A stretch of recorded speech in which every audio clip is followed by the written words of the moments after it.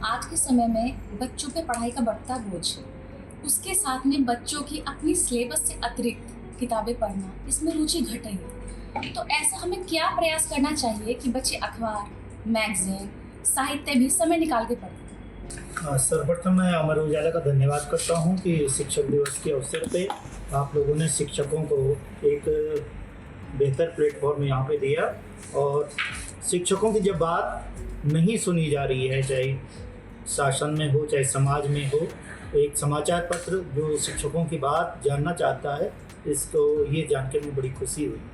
जैसा कि आपने सवाल किया, तो शिक्षा को लेकर के मेरा लंबे समय से चिंतन है और सन 2022 में सीखते सिखाते करके मेरी पुस्तक प्रकाशित हुई है, जिसमें मेरे शैक्षिक संस्मरण और एकेडमिक डिस्कोर्स इसमें पूरा है, सारे सब्जेक्ट्स कवर किए हैं। और बच्चों की जो बिहेवियर चेंज जो बात अभी हो रही थी, खासकर कोरोना काल में, वो सब भी मैंने इसमें कवर किया है। पढ़ने की तो सीधी सी बात है, बहुत सरल सा फंडा है। सुकरात ने कहा था, शिक्षा लौ को जगाना है, न कि बर्तन को भरना। हमारे ज़्यादातर स्कूल, चाहे गवर्नमेंट स्कूल हो या प्राइवेट स्कूल, तो बर्तन भरने पे ज़्यादा फिलिंग स्टेशंस बन गए हैं। स्कूल्स फिलिंग स्टेशन बनाने की ज़रूरत नहीं है, आप लौ जगाइए उनके अंदर। वो लौ जगाने का काम शिक्षक करे, बाकी का काम आसान हो जाता है। उनका इंटरेस्ट फील्ड देखिए, जिसका स्पोर्ट्स में इंटरेस्ट है उसको आप फिलॉसफी नहीं सिखा सकते, और जो फिलॉसफी में इंटरेस्टेड है उसको आप स्पोर्ट्स नहीं सिखा सकते, उस मात्रा में नहीं सिखा सकते। तो उसकी रुचि, उसका एप्टीट्यूड पकड़ना, ये टीचर के लिए महत्वपूर्ण होता है। बाकी का काम बच्चा, हम देखते हैं, हमसे बेहतर कर लेता है, टीचर की ज़रूरत नहीं होता, वो टीचर का भी गाइड बन जाता है। एक छोटा सा एग्जाम्पल मैं यहाँ पे दूंगा। एक बार मसूरी में जा रहा था, मसूरी से चंबा टिहरी सरकारी के स्कूल के बच्चे हमने देखा जून के महीने में वो प्लम्स और खुमानी वगैरह बेच रहे थे, ले लो करके। हमने कहा एक प्रैंक इनके साथ किया जाए, बच्चों के साथ। तो मैंने क्या किया था, हमने कहा कि हम ये शो करेंगे, हम हिंदी नहीं जानते हैं, है ना। तो बाहर का जैसे हमने कार रोकी तो बच्चे बड़े खुश हो गए कि हमारे कस्टमर मिल गए हमें। तो 2-3 बच्चे आगे आए, तो हमने सीधा सा सवाल किया, मैंने आगे बढ़ करके उनसे हाउ मच। सारे बच्चे पीछे हट गए कि अंग्रेजों से पालना पड़ गया, ये तो कुछ ऐसा नहीं। लेकिन एक बच्चा हिम्मत नहीं आ रहा, वो आगे आया और उसने कहा नो मच।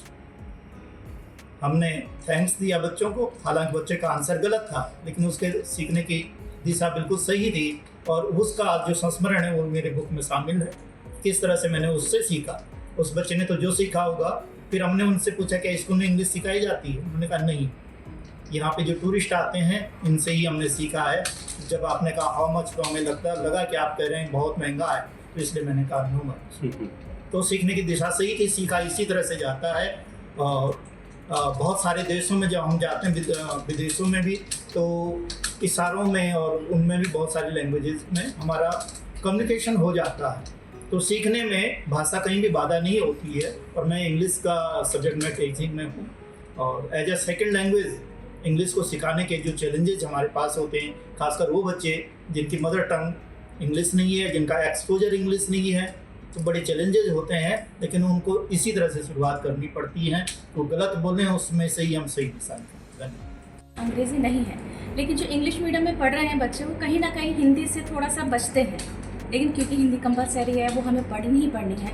तो ऐसे में आप कैसे उनको प्रेरित करेंगे कि आपको अपनी वर्तनी भी अच्छी रहे? हाँ, इस स्कूल में तो मेरे इस तरह से, क्योंकि मैं हिंदी मीडियम स्कूल में पढ़ाता हूँ, स्कूल में इस तरह के चैलेंजेस नहीं आए, लेकिन अपने घर में आए।